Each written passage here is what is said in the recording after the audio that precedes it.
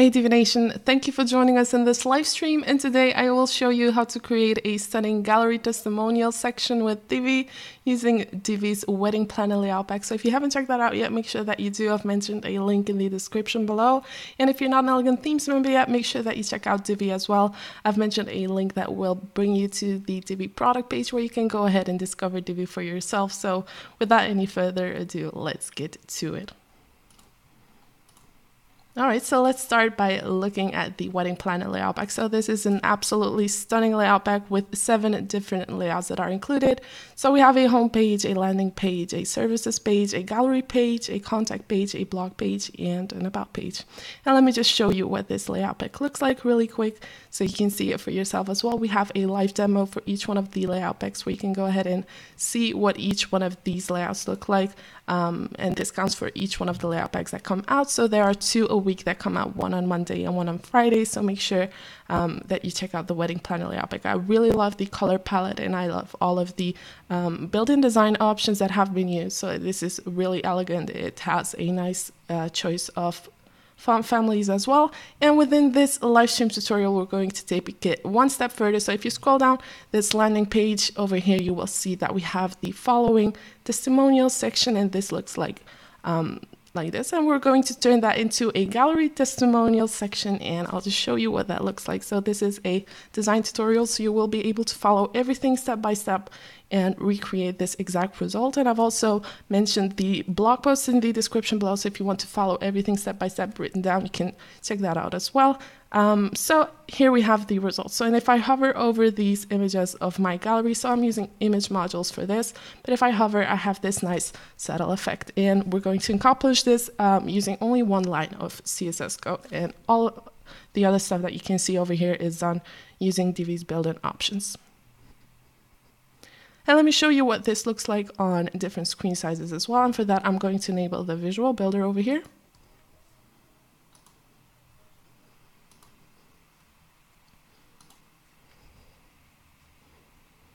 And I'm going to scroll down to my section and I'm going to switch over to tablet mode so you can see what it looks like. So this is what you can expect on tablet, and last but not least, we have this phone version. So as you can see, everything is pushed to the left and to the right, as you can notice on desktop as well. So we have one on the left side and one on the right side. So we'll start creating the left side, and afterwards we'll reuse most of the elements over here to create the other side as well. So you can repeat this up to as many times as you want to and just share all of your testimonials. Okay, so let's get started. And the first thing I'm going to do is open the landing page. So I'm assuming that you have installed your website with this layout pack. And if you go through all of those steps, you can start creating this tutorial. So I'm going to enable my visual builder on the landing page.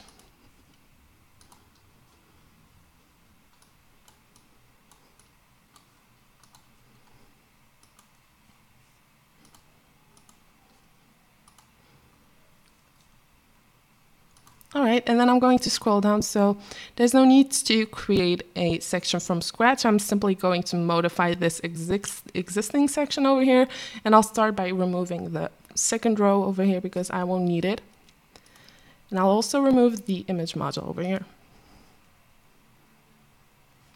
And then I'm going to start by opening the settings of my row.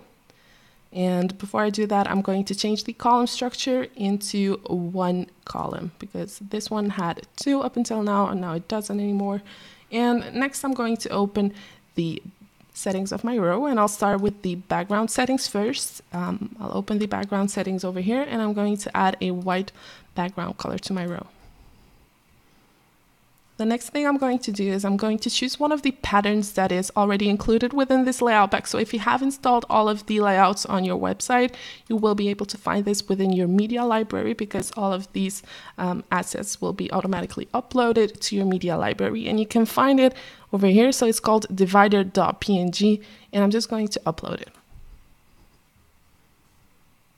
And then I'll scroll down and I'm going to change the image size into actual size because this is just a divider. It's a vertical divider, and I'm going to make it repeat so it takes up the entire background. As you can see over here, we have these dividers over here that are repeated, and this is only done using these settings and a PNG image file. All right, the next thing I'm going to do is switch over to the Design tab, and I'll open the Alignment settings. And as I've mentioned before, and I'll show you, we're going to create the left side first, and afterwards we'll reuse many of these elements to create the right side as well, and just make some modifications to it. So I'll start with the left side, and for that I'm going to need a left row alignment. And to create some space between the title and this row, I'm also going to open the spacing settings over here, and I'm going to add 50 pixels to my top margin. And I'm also going to reduce all of the default padding that is added to this row by using 0 pixels for the top and bottom custom padding. So each and every row has some default padding included. And if you want to get rid of that, you simply have to enter 0 pixels for the top and the bottom, and then all of that padding is gone. And then I'm also going to add a box shadow, and this is going to give the following effect. So I'll have this overlapping element over here. So these colors that are overlapping each other, so that's simply a box shadow. And for that, I'm going to open the box shadow settings, and you can choose whichever option over here that you want to. We're going to change the settings anyway. So we'll use 60 pixels for the horizontal position, 80 pixels for the vertical position, 37 pixels for the blur strength. No, we're going to keep the blur strength 0, and 37 pixels for the spread strength. And I'm going to change the box shadow color as well into the following color code. So if you want to find all of these settings, you can simply go to the blog post and see everything written down. So step by step, you can see all of these numbers written down in the color code as well. And over here, make sure that it's an outer shadow, because you have other types of box shadows as well, but we're using an outer shadow. All right, so the next thing we're going to do is we're going to open this existing text module over here, and this already has some settings applied to it, and we're going to change these settings to make it match with the design that we want to achieve. So the first thing I'm going to do is I'm going to remove this color over here, this background color. So for that, I'm just going to delete it. And then I'll go to the spacing settings, and I'm going to remove all of the custom margin that has been applied to this module.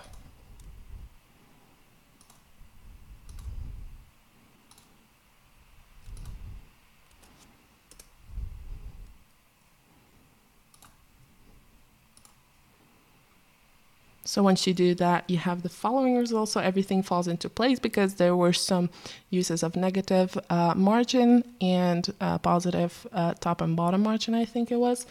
So I got rid of that, and now we have the default padding options that have been applied to this text module. Okay, so we'll need another text module as well, and we'll need that for the people who are testifying for testimonials. So we're going to reuse one of the elements that's already present on the page. It just makes everything easier for us to maintain the style throughout our entire website, because of all of these options have been thought through and have been adjusted to a certain style. So the easiest way to keep that is to just, clone certain modules and reuse them without having to go to each one of the settings and modify them. So I'm going to reuse this text module over here. So I'll just clone it, and I'll place it right below this text module.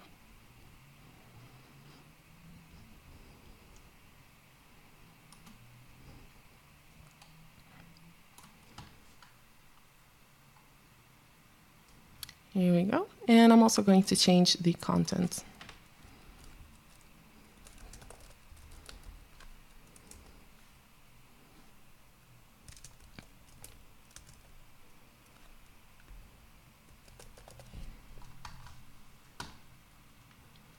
The next thing I'm going to do is go to the Design tab, open the heading text settings, and go to the heading 6 tab over here, and I'm going to change the text alignment. First of all, I'm going to make it right, and I'm also going to change the text size into 77 pixels.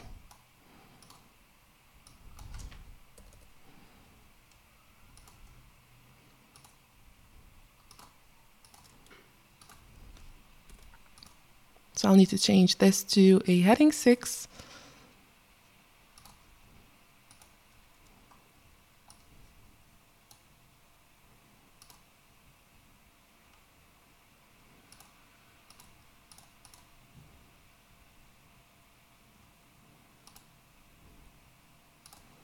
So I'll just redo it because it disappeared, weirdly enough. So I'm going to change the content.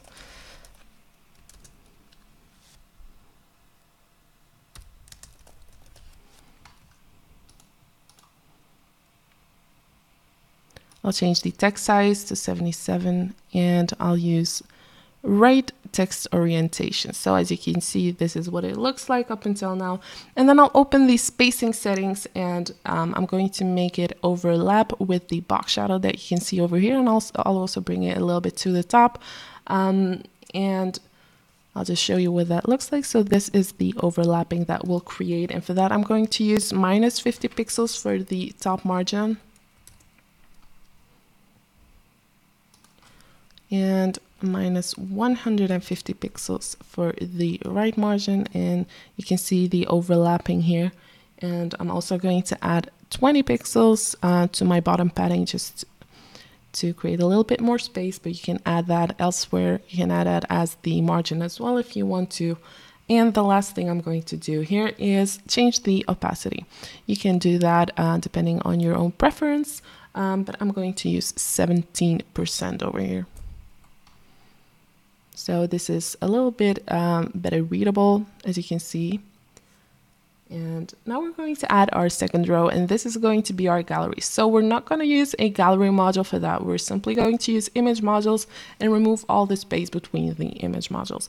And for that, I will need to add a row first. And I'm going to select a row with 4 columns, but this works well with each one of the column structures. So go ahead and play around with those, because we'll remove the space between the images anyways. And by experimenting with these different row and column structures, you can just create your own design, but I'm just going to use 4 equal columns. And before I add any module, I'm going to open the row settings, and I'm going to use a left row alignment for this row as well. And then I'll open the sizing settings, and this is where I'll push all of the image modules closer to each other. So I will remove all the space that's in between by using custom gutter width and using a value of 1.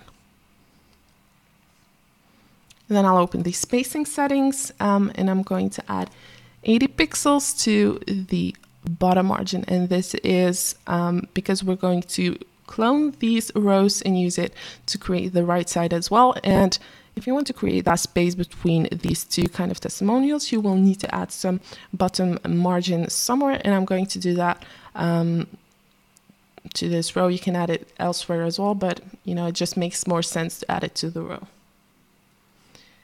And I'm going to push it a little bit to the right just to have this kind of result. And for that, I'm going to use 50 pixels for the left margin. And as I've mentioned before, each one of the rows that you add has some default padding to it, and I'm going to remove that because I only want my images to come through, and I don't want any space at the top of the bottom. So I don't want it to be seen that it's a row that that shows all of these image modules. I want it to look like there are individual modules being added to this certain section. All right, so now I can start adding my image modules, and I'll start by adding one to the second column. And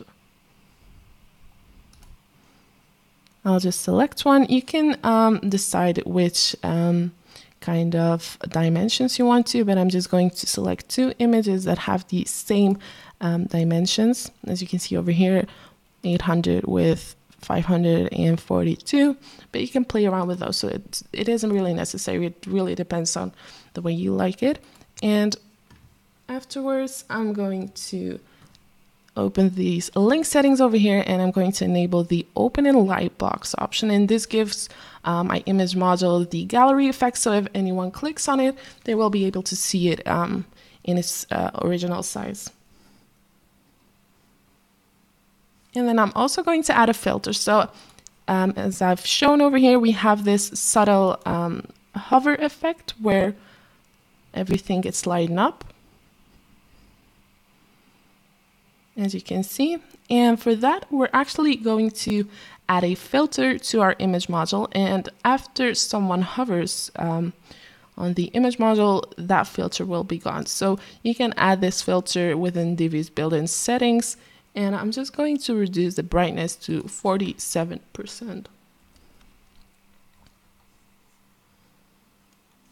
And to make sure that we don't have to do too much repetitive work, I'm going to use a CSS ID, and I'm going to assign it to this image module, because afterwards we're going to clone this image module and place it in the remaining columns. And that way we don't have to add it each time and over again. And we'll just use one CSS code line to add that hover effect.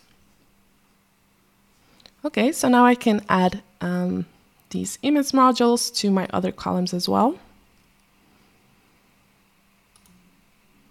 by just simply cloning them and placing them in the remaining ones.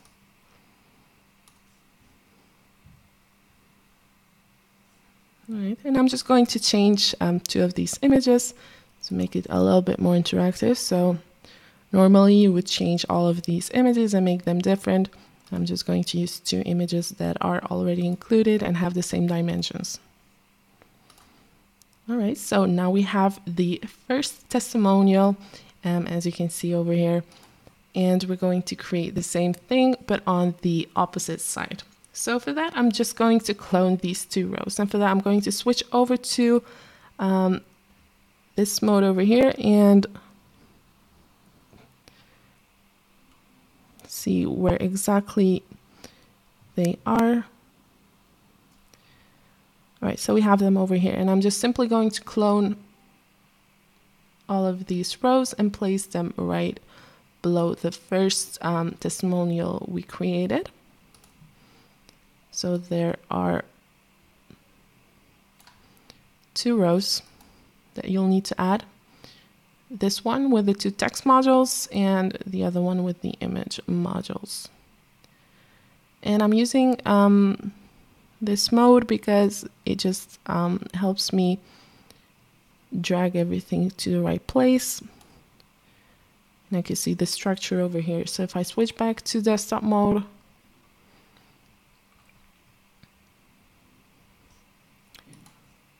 this one has been skipped, so I'll just put that back. All right.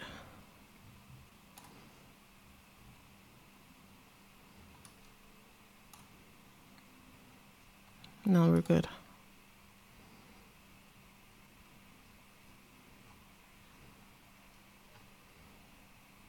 So now we have 2 testimonials that are aligned to the left, and I'm going to make some changes to these rows and to these modules to make it match with the other side as well. So the first thing I'm going to do is change the row alignment. So we'll use right row alignment instead. And you will see once I changed the row alignment of the second row, it will not move right away. And that's because it has some left margin over here that we've added. But as soon as we're going to change that, it will go to the right. So first thing I'm going to do is change the box shadow of the first row. And for that, I'm going to open the box shadow options. And instead of using 60 pixels for the horizontal repeat, I'm going to use -60. So now it appears on the other side. And then I'm going to open the settings of my gallery row over here and go to the spacing settings. And I'm going to remove this left margin over here 50 pixels, and instead I'm going to add it to the right. So as you can see, it jumped right to the right side, and I'm going to add it to the right side instead, and now I have the same kind of gap over here as I have over here. So we're actually just making everything symmetrical. All right, and the next thing I'm going to do is open this text module over here. So this one is also aligned to the right side, and we want it to be aligned on the left side. And for that, I'm going to use left text orientation and also change the spacing settings. So instead of using minus 150 pixels at the right, I'm going to use it on the left side instead. So now we have the following result. And now the last thing that's left to do is add that hover effect. And for that, you'll simply need one code line of CSS, and I've mentioned it in the description below, or you can read it off the screen, but you'll need to add this to your page custom CSS. And for that, you'll need to open your page settings over here, as you can see at the bottom. Then go to advanced and open the custom CSS options over here, and then simply paste the following CSS code line, and the hover effect will be enabled. So what we've done is on hover, everything that has been added to the filters settings have been removed. So I'm just going to show you that it works by saving this page and exiting the visual builder.